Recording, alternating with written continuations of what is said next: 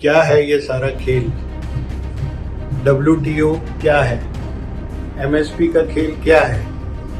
इस समय फार्मर्स को एकदम से क्यों WTO याद आ गया? भारत की सरकार किस तरह WTO से लड़ रही है? WTO के क्या फायदे हैं? ये कुछ ऐसे प्रश्न हैं जो हम सबको पता होना चाहिए। और फार्मर्स कहाँ एक्सपोज हो गए, कहाँ फार्मर्स ने अपने आप को एक्सपोज कर दिया और फार्मर्स को अब धीरे धीरे कैसे समझ में आने लगा है कि दुनिया बदल गई है। इन्हीं सारे प्रश्नों पे अब हम आगे बात करेंगे।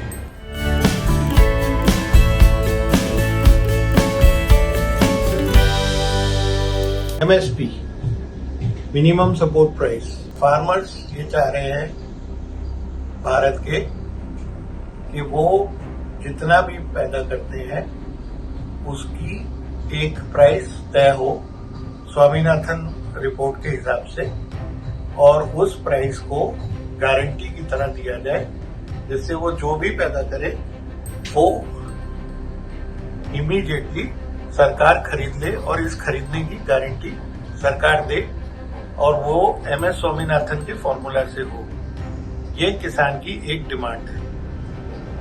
दूसरी किसान की डिमांड है कि हम लोग यानी कि भारत WTO से बाहर आ जाए और भारत फ्री ट्रेड एग्रीमेंट्स भी खत्म कर दे। लेकिन जब WTO बना तब ये देखा गया कि WTO में विकसित देशों का ही फायदा हो रहा है और WTO में विकसित देशों से ही सब लोग खरीद रहे हैं।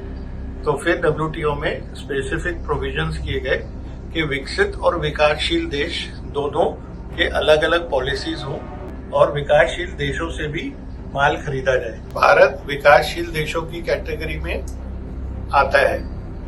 भारत को ये पास इस समय जब 95 में साइन हुआ और 2005 में जब लागू हुआ तो भारत के पास इतनी क्षमता नहीं थी लोकल मैन्युफैक्चरिंग की, इस तरह की क्वालिटी नहीं थी कि इंटरनेशनल मार्केट में बिक जाए उनका सामान। तो भारत के पास एक एग्रीकल्चरल गुड्स थे और एग्रीकल्चरल इंपोर्ट भारत कर सकता था। उस समय जूट इंपोर्ट कर सकता था और इसी तरह विकासशील देशों में शुगर भारत और ब्राजील इस तरह कर पाए। लेकिन WTO ने कुछ रिस्ट्रिक्शंस रखे। अब आते हैं फार्मर जो MSP करते हैं। क्योंकि WTO से फॉरेन एक्सचेंज आता है, ट्रेड डेफिसिट घटता है, क्योंकि WTO से जो FDI आती है और जिसकी वजह से हम लोगों को बहुत ज़्यादा बेनिफिट्स हैं, जॉब्स हैं, टेक्नोलॉजी आ रही है देश में। लेकिन साथ ही साथ WTO ने कुछ मापदंड रखे जिससे आप सब्सिडाइज्ड करके एग्रीकल्चर सस्ता बहुत सारा वीट और ग्रेन्स पैदा करके आप तुरंत उसे मार्केटों में वर्ल्ड में नहीं डंप कर सकते, क्योंकि उन कंट्रीज के फार्मर्स को भी परेशानी होगी। यूरोप में मशीन महंगी, लेबर महंगी, फर्टिलाइजर महंगा, सीड महंगा।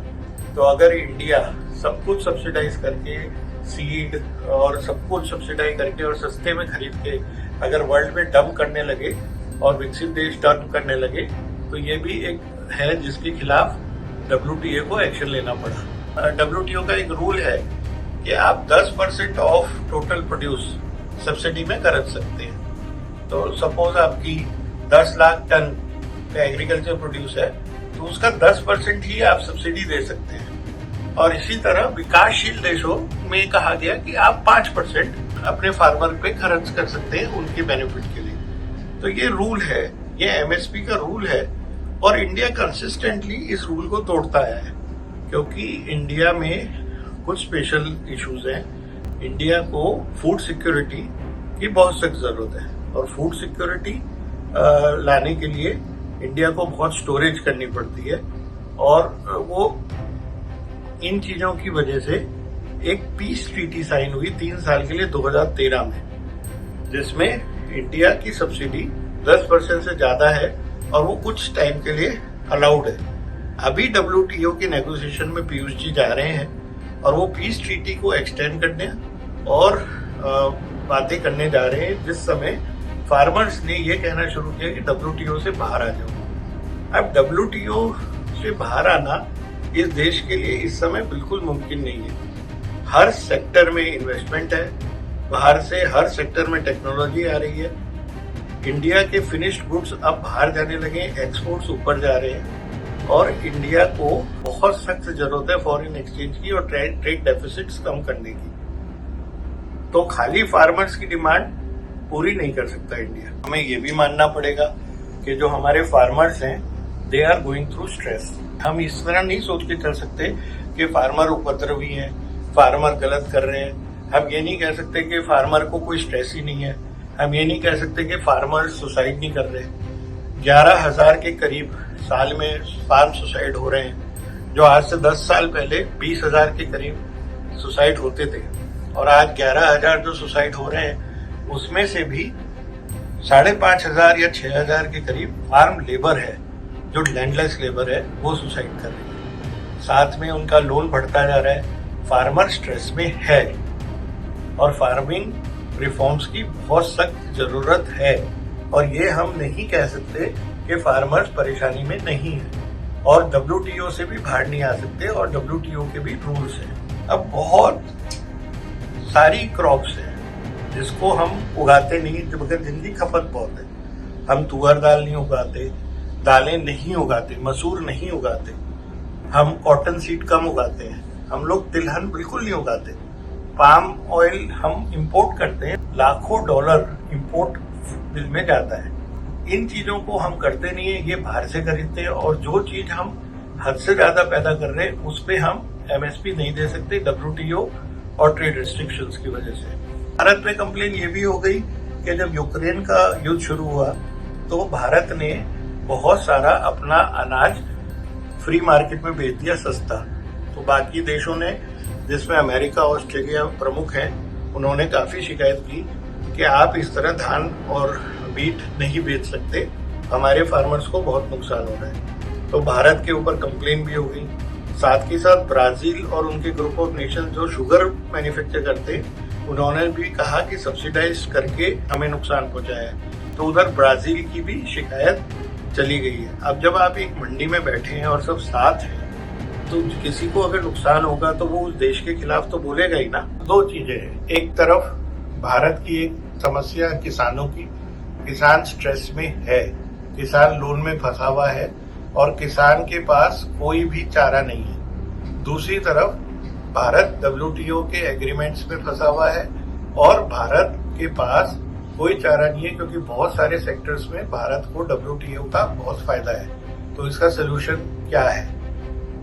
सरकार ने फार्मर्स को बुला के, पीयूष गोयल, अर्जुन मुंडा जी ने फार्मर्स को बुला के एक बहुत अच्छा सोल्यूशन दिया। इंडिया कनाडा से सबसे ज्यादा इंपोर्ट करता है दालों को। सरकार ने कहा आप जितनी दाल जिस कीमत पे उगाओगे हम उस कीमत पे खरीद लेंगे। 5 साल का आपसे कॉन्ट्रैक्ट कर रहे हैं, क्योंकि इससे आप WTO एग्रीमेंट से भी बचते हो, दूसरा आपका फॉरेन एक्सचेंज बचता है।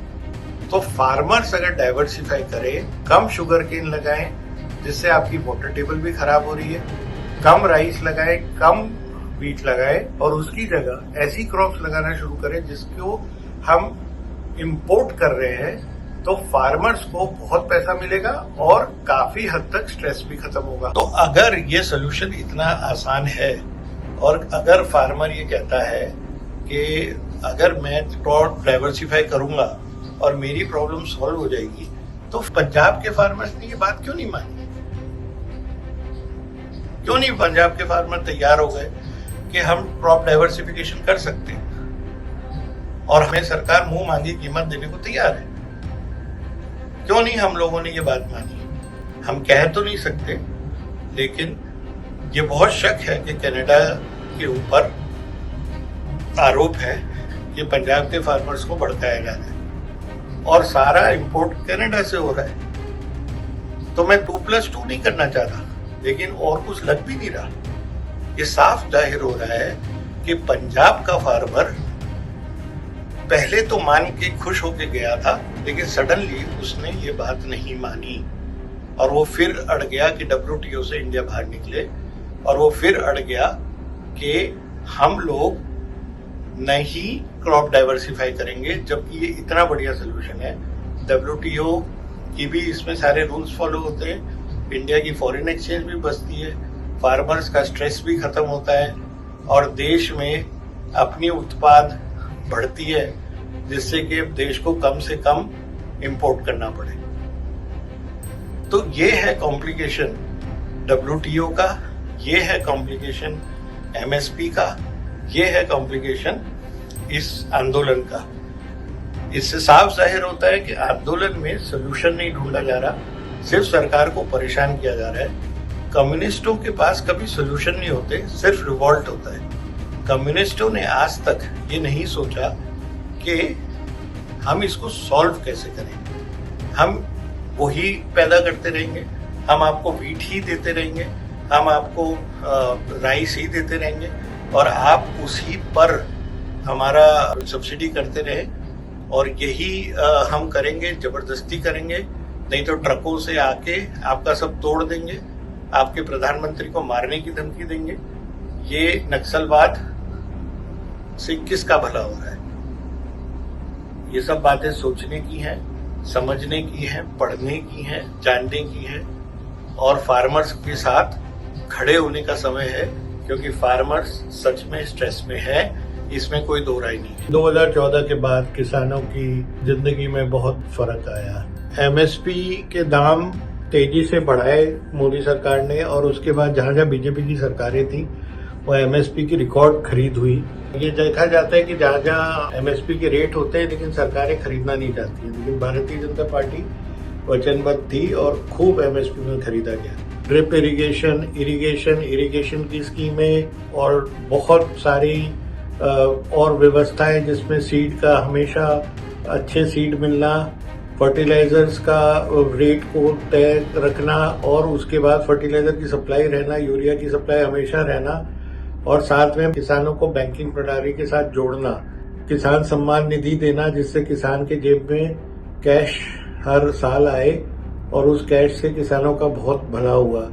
उसी के साथ साथ आयुष्मान भारत, उज्ज्वला योजना और उसके बाद पेंशन योजना और अच्छी तरह हाईवेज बनाना, सड़कें बनाना, स्वास्थ्य केंद्रों को मजबूत करना, साथ के साथ किसानों की चारों तरफ से उनकी हेल्थ का ध्यान रखना, उनकी ट्रांसपोर्टेशन का ध्यान रखना और साथ में गोडाउन फैसिलिटीज बढ़ाना, चारों तरफ से विकास करके निवेश करके मोदी सरकार ने बहुत बड़े कदम उठाए। सिर्फ MSP पे ही नहीं लेकिन चारों तरफ से किसान मजबूत हो, लाइव स्टॉक किसान पाले और लाइव स्टॉक के लोन मिले जिससे उसकी इनकम डबल हो और वो जो उसका प्रोड्यूस है वो प्रॉपरली डिजिटल प्लेटफॉर्म जैसे ई-नाम पे बेच पाए और वो छोटा स्मॉल फार्मर ट्रेडर भी बने, एंटरप्रेन्योर भी बने। इस सब चीज़ों में मोदी जी ने बहुत किसान का साथ दिया और यही तरीका है कि किसान डाइवर्सिफाई करे, किसान को नई स्किल मिले और किसान का चारों तरफ से विकास हो। Thanks for watching. और वीडियो देखने के लिए आप चैनल को लाइक करें, शेयर करें, सब्सक्राइब करें और बेल आइकन को जरूर दबाएं। आप कमेंट बॉक्स में सुझाव भी दे सकती हैं।